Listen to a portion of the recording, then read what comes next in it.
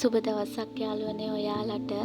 ඔන්න ඉතින් අපි හිටපු උඩුදුම්බර ගම්මානේ නාය ගියට පස්සේ අපිට එහා ගමේ පන්සලේ ඉන්න කියලා කිව්වා. ඉතින් ඒකේ 200ක් 300ක් කට්ටිය ඉන්නකොට හරිම අපහසුයි ළමයි තියාගෙන ඉන්න. එයාලට ඕන කෑම බීම හදලා දෙන්න බැරි නිසා චූටි ළමයි ඉන්න හැමෝම වගේ එයාලගේ අම්මලාගේ තාත්තලාගේ හරි නෑදෑයන්ගේ ගෙවල් වලට හරි ගියා.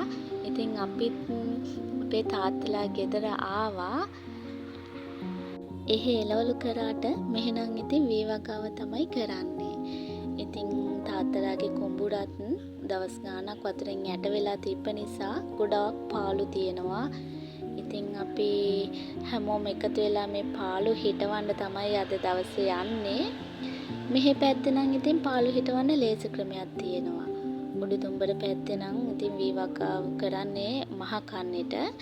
එහෙ තැටිවලට වී දාලා පැරසූට් ක්‍රමයෙන් තමයි හිටවන්නේ, පැල හිටවන්නේ. ඒත් මේ පැත්තේ අර වී හින නිසා ගොඩක් පාළු ගතිය වැඩි. ඉතින් පාළු හිටවන්න මේ පැතිවල අය ලේසි ක්‍රමයක් හදාගෙන තියෙනවා. ඉතින් යන්කෝ බලන්න අපේ ක්‍රමය මොකද්ද කියලා.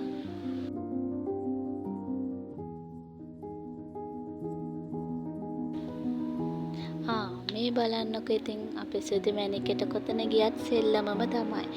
කරදරයක් වුණා කියලා ඉතින් එයාලට දැනෙන්නේ නෑනේ. තාම පුංචි හිටනේ. යන්කෝ බලන්න අපි අර කියපු ලේසි ක්‍රමය මොකද්ද කියලා.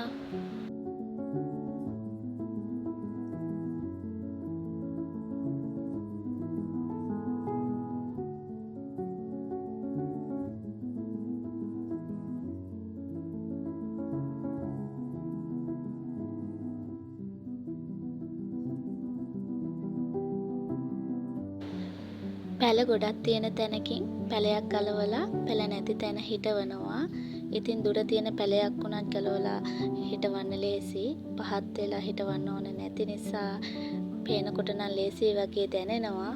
ඉතින් යන්කෝ අපිත් ඉතින් හිටවන්න. අද දවසේ ඇතුළත පාළු ටික හිටව ගන්නත් එපේ. අර ඈතින් පේන්නේ අපේ අම්මා පැල අතින් හිටවනවා. එයාට මේ ක්‍රමයට වැඩිය අතින් හිටවන ක්‍රමේ ලේසිලු. ඉතින් එයාලා හිටවනකම් බල ඉන්නත් බෑනේ. ඔන්න ඉතින් මාත් යන්න ඕන පැල ටිකක් හිටවලා දෙන්න.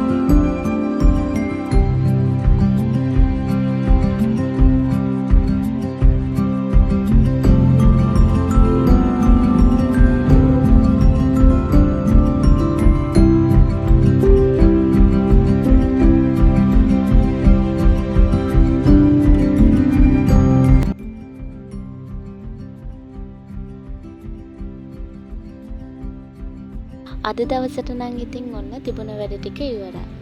තව ගොඩාක් පැල හදන්න තියෙනවා. ඉතින් හෙටත් අපිට පාළු හිටවන්න එන්න වෙයි. එහෙනම් ඉතින් යාළුවනේ ඔයාලා පරිස්සමෙන් ඉන්න. අපිට රජයෙන් තීරණයක් දෙනකම් අපි ඉතින් මෙහෙට වෙලා ඉන්නවා.